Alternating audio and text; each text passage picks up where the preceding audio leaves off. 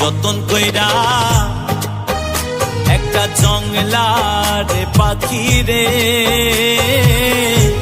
রাখলাম আমি বুকে ধরে কত আদরে। যতন কইরা একটা জংলার পাখি রে রাখলাম আমি বুকে ধরে কত আদরে।